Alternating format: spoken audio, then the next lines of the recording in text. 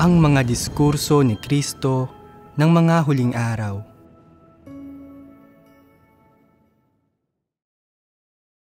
Mga salita sa pagganap ng tungkulin. CP. Ang mga salita ng awit na sadyang kaligayahan ang maging isang matapat na tao ay pawang praktikal, at pumili ako ng ilang linya upang mapagbahaginan. Pagbahaginan muna natin ang linyang itinataguyod ko ng buong puso at isip ang aking tungkulin at wala akong mga pag-aalintana sa laman. Anong kalagayan ito? Anong uri ng tao ang isang taong naitataguyod ang kanyang tungkulin ng buong puso at isip? May konsyensya ba siya? Natupad ba niya ang kanyang pananagutan bilang isang nilalang? Nasuklian na ba niya ang Diyos sa anumang paraan? Ang katunayan na naitataguyod niya ang kanyang tungkulin ng buong puso at isip ay nangangahulugang seryoso at responsable niya itong ginagawa nang hindi nagiging pabasta-basta, nang hindi nagiging tuso o tamad, at nang walang pag-iwas sa pananagutan. Taglay niya ang wastong sa loobin at normal ang kanyang kalagayan at pag-iisip. Mayroon siyang katwiran at konsensya, may pagsasaalang-alang siya sa Diyos, at siya ay matapat at may debosyon sa kanyang tungkulin. Ano ang ibig sabihin ng walang pag-aalintana sa laman? May ilang kalagayan din dito. Pangunahin itong nangangahulugan na hindi niya alintana ang kinabukasan ng kanyang laman at hindi niya pinagpaplanuhan ang darating sa kanya. Nangangahulugan ito na hindi niya alintana kung ano ang kanyang gagawin kalaunan kapag siya ay matanda na, kung sino ang mag-aalaga sa kanya, o kung paano pa siya mabubuhay. Hindi niya isinasaalang-alang ang mga bagay na ito at sa halip ay nagpapasakop siya sa mga pangangasiwa at pagsasaayos ng Diyos sa lahat ng bagay. Una at pangunahin niyang gawain ay ang mahusay na pagtupad sa kanyang tungkulin. Ang pagtataguyod sa kanyang tungkulin at pagtataguyod sa atas ng Diyos ang pinakamahahalagang bagay. Kapag mahusay na nagagampanan ng mga tao ang kanilang mga tungkulin bilang mga nilalang, hindi ba't may kaunti silang wangis ng tao? Ito ay pagtataglay ng wangis ng tao. Kahit papaano man lang ay kinakailangang mahusay na matupad ng mga tao ang kanilang tungkulin, maging tapat sila at iukol nila rito ang kanilang buong puso at isip. Ano ba ang ibig sabihin ng itaguyod ang sariling tungkulin? Ibig sabihin nito ay kahit anong mga paghihirap pa ang kaharapin ng mga tao, ay hindi sila sumusuko. Hindi nila iniiwan ang kanilang tungkulin o pinababayaan ang kanilang responsibilidad. Ginagawa nila ang lahat ng kanilang makakaya. Iyon ang ibig sabihin ng itaguyod ang sariling tungkulin. Halimbawa, sabihin ng isinaayos na gawin mo ang isang bagay at walang sino mang naroroon para bantayan ka, subaybayan ka o udyukan ka. Paano mo maitataguyod ang iyong tungkulin? Tatanggapin ang masusing pagsisiyasat ng Diyos at mamumuhay sa presensya niya. Ang unang hakbang ay tanggapin ang masusing pagsisiyasat ng Diyos. Iyon ang isang bahagi nito. Ang isa pang bahagi ay ang gawin ang iyong tungkulin ng buong puso at isip mo. Ano ba ang kailangan mong gawin para magawa mo iyon ng buong puso at isip mo? dapat mong tanggapin ang katotohanan at isagawa ito.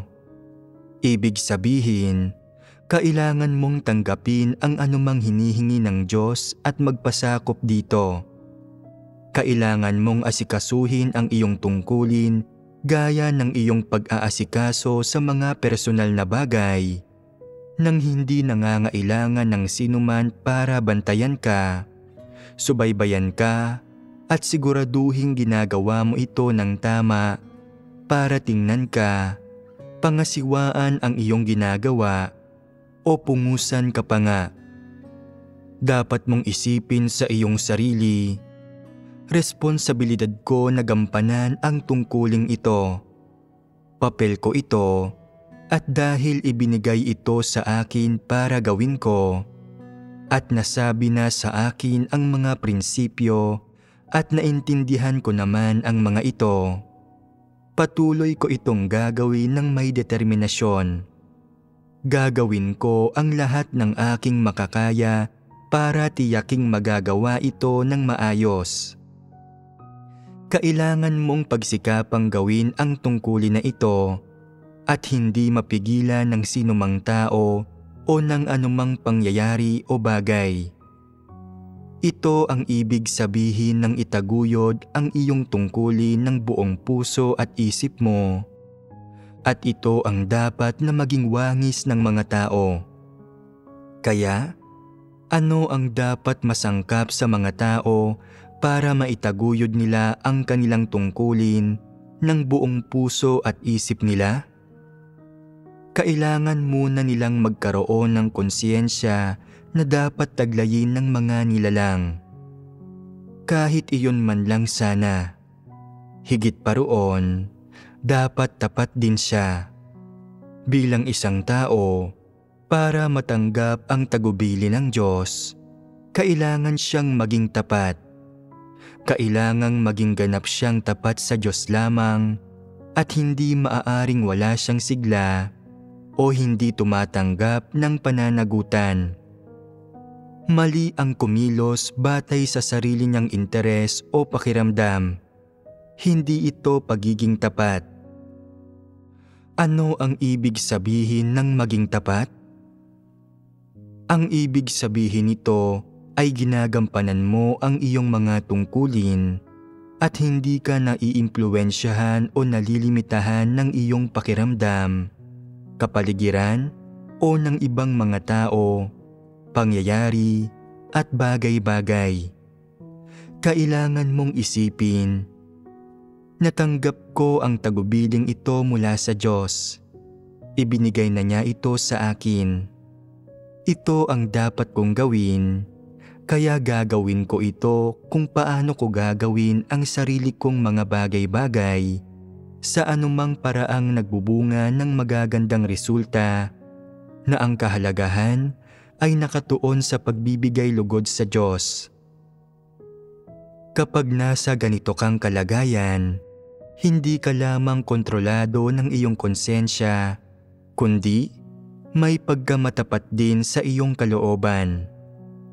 Kung nasisiyahan ka na magawa lamang ito, nang hindi mo hinahangad na maging mahusay at magkamit ng mga resulta, at nadarama mo na sapat nang ibuhos lamang dito ang iyong buong pagsisikap, pag-abot lamang ito sa pamantayan ng konsyensya ng mga tao at hindi maituturing na pagkamatapat. Ang pagiging tapat sa Diyos ay mas mataas na hinihingi at pamantayan kaysa sa pamantayan ng konsyensya. Hindi lamang ito pagbubuhos dito ng lahat ng iyong pagsisikap. Kailangan mo ring ilaan dito ang iyong buong puso. Sa iyong puso, kailangan mong palaging ituring ang iyong tungkulin bilang trabaho na dapat mong gawin. Kailangan mong magdala ng pasanin para sa gawaing ito. Kailangan kang mapangaralan kung makagagawa ka ng kahit katiting na pagkakamali o kung medyo padaskol kang magtrabaho, at kailangan mong madama na hindi ka maaaring umasal ng ganito dahil ginagawa ka nitong may labis na pagkakautang sa Diyos. Ang mga taong talagang may konsensya at katwiran ay ginagampanan ang kanilang tungkulin na para bang sarili nila itong trabahong gagawin, mayroon man o walang sino mang nagbabantay o nangangasiwa sa kanila.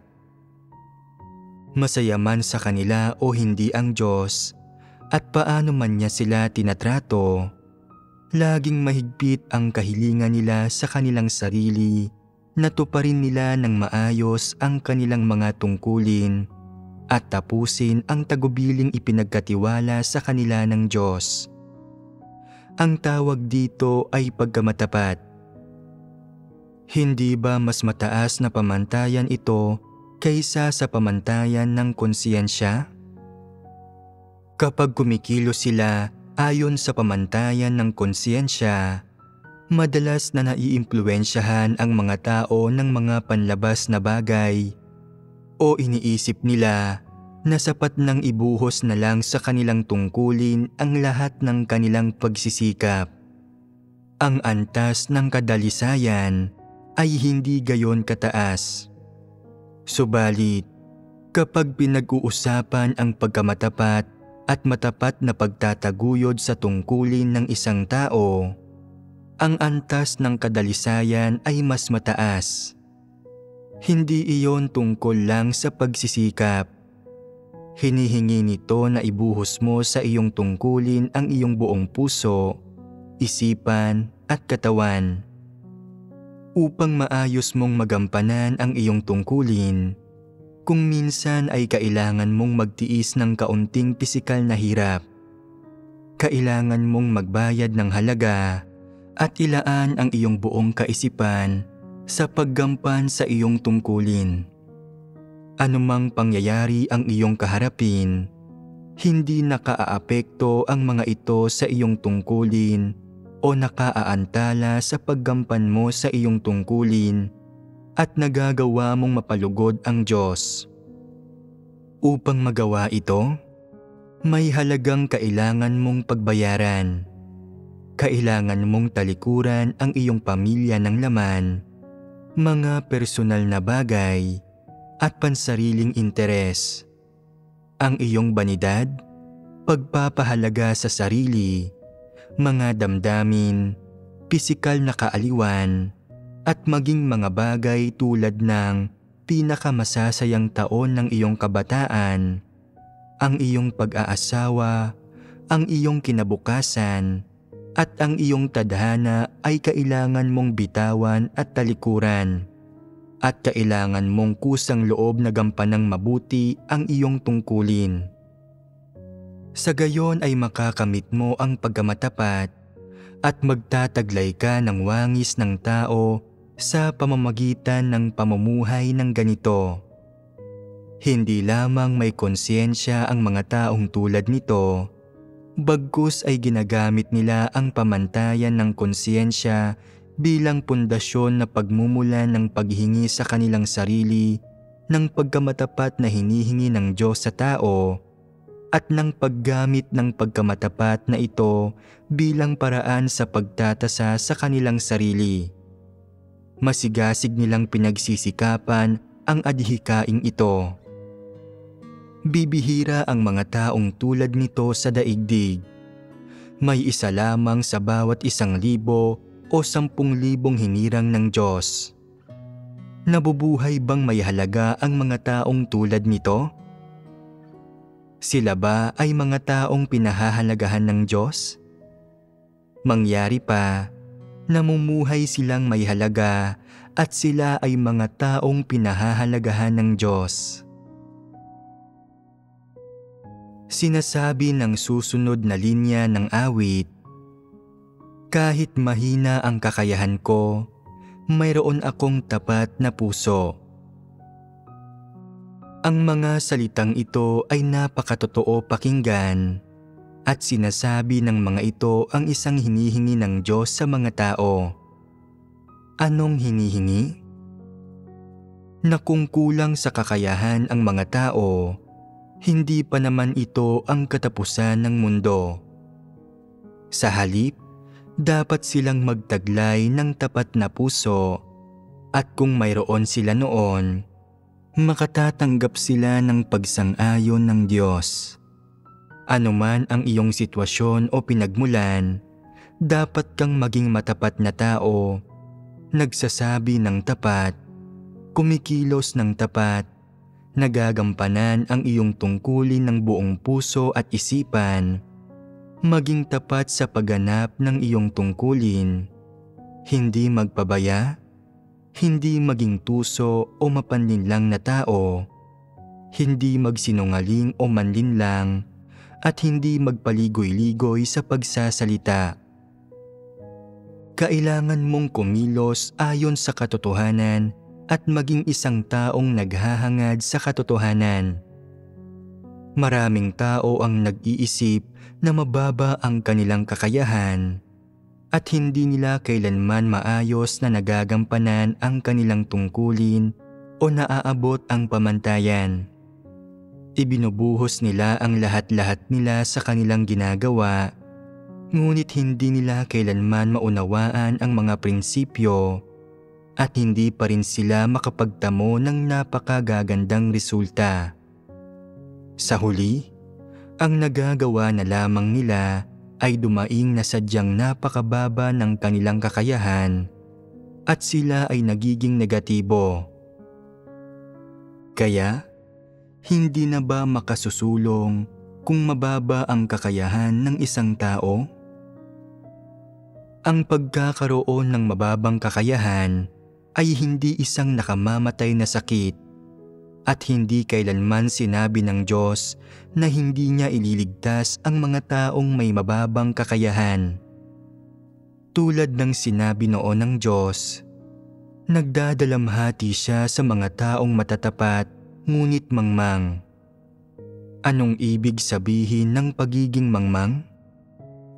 Sa maraming kaso, ang kamangmangan ay nagmumula sa pagiging mababa ang kakayahan. Kapag mababa ang kakayahan ng mga tao, may mababaw silang pagkaunawa sa katotohanan. Hindi ito sapat na partikular o praktikal at kadalasang limitado ito sa isang paingbabaw o literal na pagkaunawa. Limitado ito sa doktrina at mga regulasyon. Iyon ang dahilan kung kaya't hindi nila maintindihan ang maraming problema at hindi kailanman maunawaan ang mga prinsipyo habang ginagampanan nila ang kanilang tungkulin o mahusay na magawa ang kanilang tungkulin. Ayaw ba ng Diyos kung gayon sa mga taong may mababang kakayahan? Anong landas at direksyon ang itinuturo ng Diyos na tuntunin ng mga tao? Na maging isang matapat na tao. Maaari ka bang maging matapat na tao kung sasabihin mo lamang ito? Hindi. Kailangang mayroon kang mga pagpapamalas ng isang matapat na tao. Ano ang mga pagpapamalas ng isang matapat na tao? Una, ang hindi pagkakaroon ng pagdududa sa mga salita ng Diyos. Isa iyon sa mga pagpapamalas ng isang matapat na tao. Bukod dito, ang pinakamahalagang pagpapamalas ay ang paghahanap at pagsasagawa ng katotohanan sa lahat ng bagay. Ito ang pinakamahalaga. Sinasabi mong ikaw ay matapat, pero palagi mong iniiwasang isipin ang mga salita ng Diyos at ginagawa lang ang anumang gusto mo. Pagpapamalas ba iyon ng isang matapat na tao? Sinasabi mo, bagamat mahina ang kakayahan ko, mayroon akong matapat na puso. Gayunpaman, kapag may tungkulin na itinalaga sa iyo, natatakot kang magdusa at magpasa ng responsibilidad kung hindi mo ito magagawa ng maayos.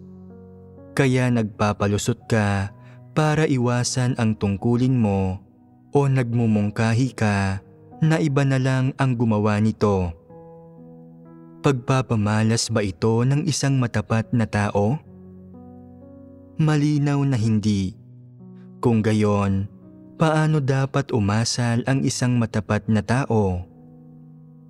Dapat silang magpasakop sa mga pagsasaayos ng Diyos, maging tapat sa tungkulin na dapat nilang gampanan, at magsikap na matugunan ang mga layunin ng Diyos. Na ipapamalas ito sa iba't ibang paraan. Ang isa ay ang pagtanggap sa iyong tungkulin ng may matapat na puso. Hindi isinasaalang-alang ang mga interes ng iyong laman, hindi nagiging walang sigla sa iyong tungkulin, at hindi nagpapakana para sa sarili mong pakinabang. Iyon ang mga pagpapamalas ng katapatan. Ang isa pa ay ang pagganap ng maayos sa iyong tungkulin ng buong puso at buong lakas mo, paggawa sa mga bagay-bagay ng tama at pagsasapuso at pagmamahal sa iyong tungkulin para palugurin ang Diyos. Ito ang mga pagpapamalas na dapat mayroon ang isang matapat na tao habang ginagampanan ang kaniyang tungkulin. Kung hindi mo isa sa katuparan ang iyong nalalaman at nauunawaan, at kung 50 o 60% lang ng iyong pagsisikap ang iyong ibinibigay, kung gayon ay hindi mo ibinibigay rito ang buong puso at lakas mo. Sa halip, ikaw ay tuso at nagpapakatamad. Matatapat ba ang mga taong gumaganap sa kanilang mga tungkulin sa ganitong paraan? Hinding-hindi. Walang silbi sa Diyos ang gayong mga tuso at mapanlinlang na tao. Dapat silang itiwalag. Matatapat na tao lamang ang ginagamit ng Diyos para gumanap ng mga tungkulin. Kahit ang mga tapat na trabahador ay kailangang maging matapat. Ang mga taong palaging pabasta-basta at tuso at naghahanap ng paraan para magpakatamad ay pawang mapanlinlang at mga demonyo silang lahat. Wala sa kanila ang tunay na nananalig sa Diyos at ititiwalag silang lahat. Iniisip ng ibang tao, ang pagiging matapat na tao ay tungkol lamang sa pagsasabi ng totoo at hindi pagsisinungaling. Sa totoo lang, madali lang maging matapat na tao. Ano ang palagay mo sa sentimientong ito? Napakalimitado nga ba ng saklaw ng pagiging matapat na tao? Hinding-hindi. Dapat mong ilantad ang iyong puso at ibigay ito sa Diyos. Ito ang saloobin na dapat mayroon ang isang matapat na tao. Iyon ang dahilan kung bakit napakahalaga ng isang matapat na puso. Ano ang implikasyon nito? Ito ay nakaya ng isang pusong tapat na kontrolin ang iyong asal at baguhin ang kalagayan mo. Magagabayan ka nitong gumawa ng mga tamang desisyon at magpasakop sa Diyos at makamit ang kaniyang pagsang-ayon. Ang ganitong puso ay tunay na mahalaga. Kung mayroon kang matapat na pusong gaya nito, dapat kang mamuhay sa ganoong kalagayan, ganoon ka dapat umasal, at ganoon mo dapat igugol ang iyong sarili.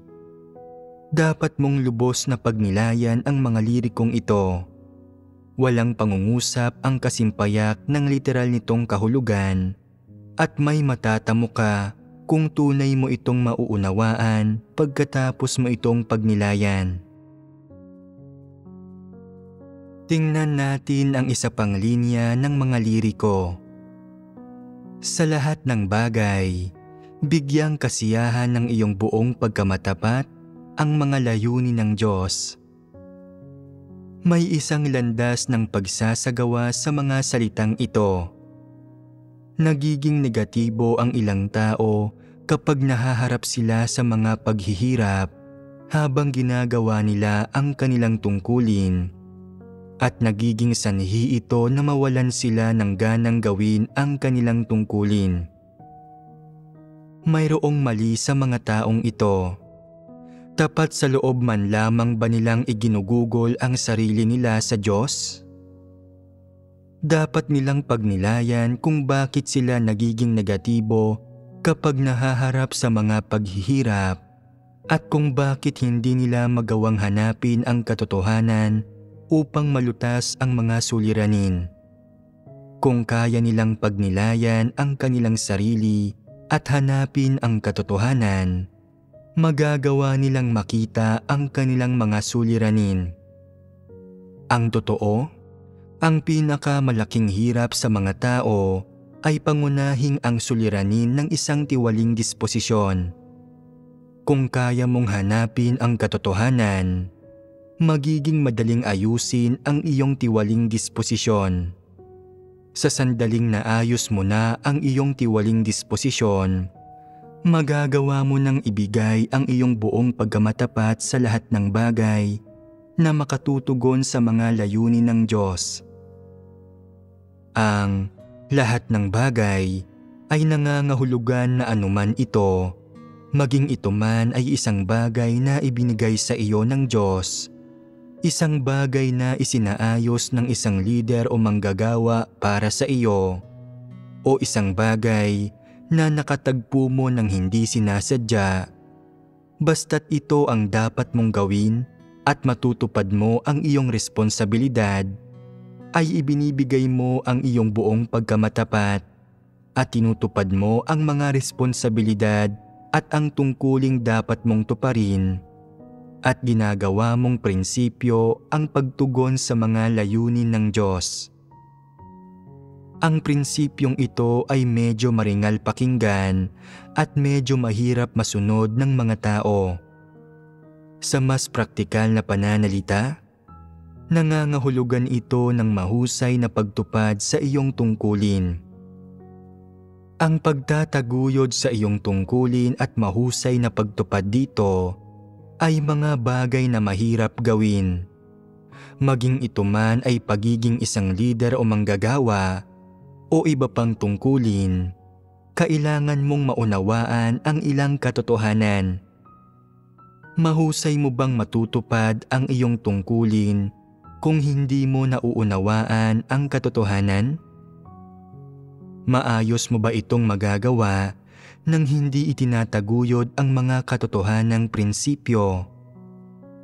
Kung nauunawaan mo ang lahat ng aspeto ng katotohanan at kaya mong magsagawa ayon sa mga katotohanang prinsipyo, nagawa mo ng mahusay ang iyong tungkulin, naitaguyod mo ang iyong tungkulin, nakapasok ka na sa katotohanang realidad, at matutugunan mo ang mga layunin ng Diyos.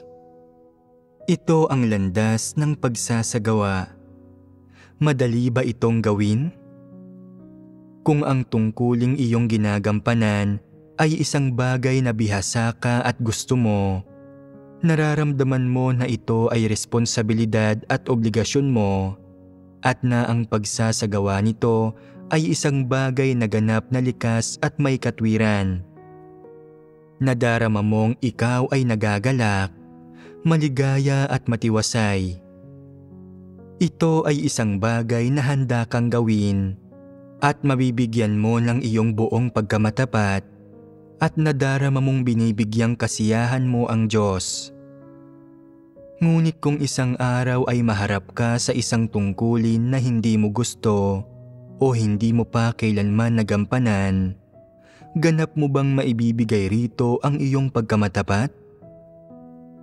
Masusubok nito kung isinasagawa mo ang katotohanan.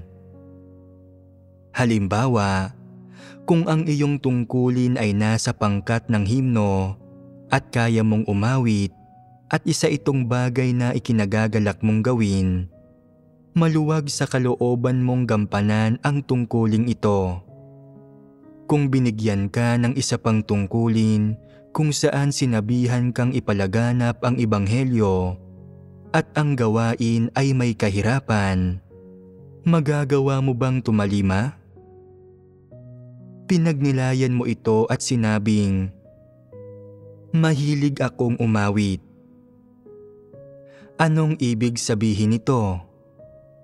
Ang ibig sabihin nito ay ayaw mong magpalaganap ng ebanghelyo. Ito ang malinaw na kahulugan nito. Patuloy mo lang sinasabing, "Mahilig akong umawit."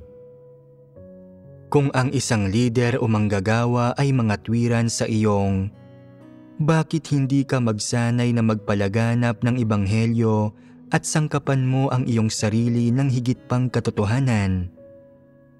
Higit itong magiging kapaki-pakinabang sa iyong pag-unlad sa buhay. Nagpumilit ka pa rin at nagsabing, "Mahilig akong umawit at mahilig akong sumayaw." Ayaw mong magpalaganap ng ebanghelyo anuman ang kanyang sabihin. Bakit ayaw mong gawin iyon? Dahil sa kawalan ng interes. Wala kang interes kaya't ayaw mong gawin iyon. Ano ang problema rito? Ito ay ang iyong pagpili ng tungkulin batay sa iyong mga kagustuhan at personal na panlasa at hindi ka nagpapasakop. Wala kang pagpapasakop at iyon ang problema. Kung hindi mo hinahanap ang katotohanan upang malutas ang problemang ito, sa makatuwid ay hindi ka tunay na nagpapakita ng gaanong tunay na pagpapasakop. Ano ang dapat mong gawin sa ganitong sitwasyon upang magpakita ng totoong pagpapasakop? Ano ang magagawa mo upang matugunan ang mga layunin ng Diyos? Ito ang panahon kung kailan mo kailangang magnilay at makipagbahaginan tungkol sa aspetong ito ng katotohanan. Kung nais mong ialay ang iyong buong pagkamatapat sa lahat ng bagay para matugunan ang mga layunin ng Diyos, hindi mo iyon magagawa sa pamamagitan lamang ng pagganap ng isang tungkulin. Kailangan mong tanggapin ang anumang utos na ibinibigay ng Diyos sa iyo. Tumutugon man ito o hindi sa iyong panlasa o sa iyong mga interes, o isang bagay man ito na hindi nakakasiya sa iyo, na hindi mo pa nagawa dati, o isang bagay na mahirap gawin, dapat mo pa rin itong tanggapin at magpasakop ka rito. Hindi mo lamang dapat tanggapin ito, kundi kailangan mo ring aktibong makipagtulungan at matuto tungkol dito habang dumaranas ka at pumapasok. Kahit pa ikaw ay nahihirapan, napapagod, napapahiya o ibinubukod, kailangan mo pa ring ibigay ang iyong buong pagkamatapat. Sa pagsasagawa lamang sa ganitong paraan mo maibibigay ang iyong buong pagkamatapat sa lahat ng bagay at matutugunan ang mga layunin ng Diyos. Dapat mo itong ituring na tungkuling dapat mong gampanan, hindi bilang personal na bagay. Paano mo dapat maunawaan ang mga tungkulin? Bilang isang bagay na ibinibigay ng lumikha ng Diyos sa isang tao para gawin. Ganito nalilikha ang mga tungkulin ng mga tao. Ang atas na ibinibigay ng Diyos sa iyo ay tungkulin mo at ganap na likas at may katwiran na gampanan mo ang iyong tungkulin gaya ng hinihingi ng Diyos. Kung malinaw mong nakikita na ang tungkuling ito ay atas ng Diyos at na ito ay pagmamahal ng Diyos at pagpapala ng Diyos para sa iyo, magagawa mong tanggapin ang iyong tungkulin ng may mapagmahal sa Diyos na puso at magagawa mong maging mapagsaalang-alang sa mga layunin ng Diyos habang ginagampanan mo ang iyong tungkulin at magagawa mong mapagtagumpayan ang lahat ng paghihirap para mabigyang kasiyahan ang Diyos. Hinding-hindi magagawa ng mga tunay na gumugugol ng kanilang sarili para sa Diyos, natanggihan ang atas ng Diyos. Hindi nila kailanman magagawang tanggihan ang anumang tungkulin. Kahit ano pang tungkulin ang ipagkatiwala ng Diyos sa iyo, kahit ano pang mga paghihirap ang kaakibat nito, hindi mo ito dapat tanggihan kundi tanggapin. Ito ang landas ng pagsasagawa na isagawa ang katotohanan at ibigay ang iyong buong pagkamatapat sa lahat ng bagay upang mabigyang kasiyahan ang Diyos. Ano ang pinagtutuunan dito? Iyon ay ang mga salitang sa lahat ng bagay. Ang lahat ng bagay ay hindi nangangahulugan ng mga bagay na gusto mo o kung saan ka mahusay, lalong hindi ang mga bagay na pamilyar ka. Kung minsan, ito ay mga bagay kung saan hindi ka mahusay, mga bagay na kailangan mong matutunan, mga bagay na mahirap, o mga bagay kung saan kailangan mong magdusa. Gayunpaman, anuman ito, basta't ito ay ipinagkatiwala sa iyo ng Diyos, kailangan mo itong tanggapin mula sa Kanya. Kailangan mong tanggapin ito at gampanan ng mabuti ang tungkulin. Ibigay dito ang iyong buong pagkamatapat at tugunan ang mga layunin ng Diyos. Ito ang landas ng pagsasagawa. Ano man ang mangyari, dapat mo laging hanapin ang katotohanan at sa sandaling nakatitiyak ka na kung anong uri ng pagsasagawa ang naaayon sa mga layunin ng Diyos, ganoon ka dapat magsagawa. Tanging sa paggawa nito mo isinasagawa ang katotohanan at sa ganitong paraan ka lamang makakapasok sa katotohanang realidad. May isa pang linya mula sa awit na nagsasabing, "Ako'y bukas at matuwid, walang panlilinlang, nabubuhay sa liwanag." Sino ang nagbibigay sa tao ng landas na ito? Ang Diyos. Kung ang isang tao ay bukas at matuwid, siya ay isang matapat na tao.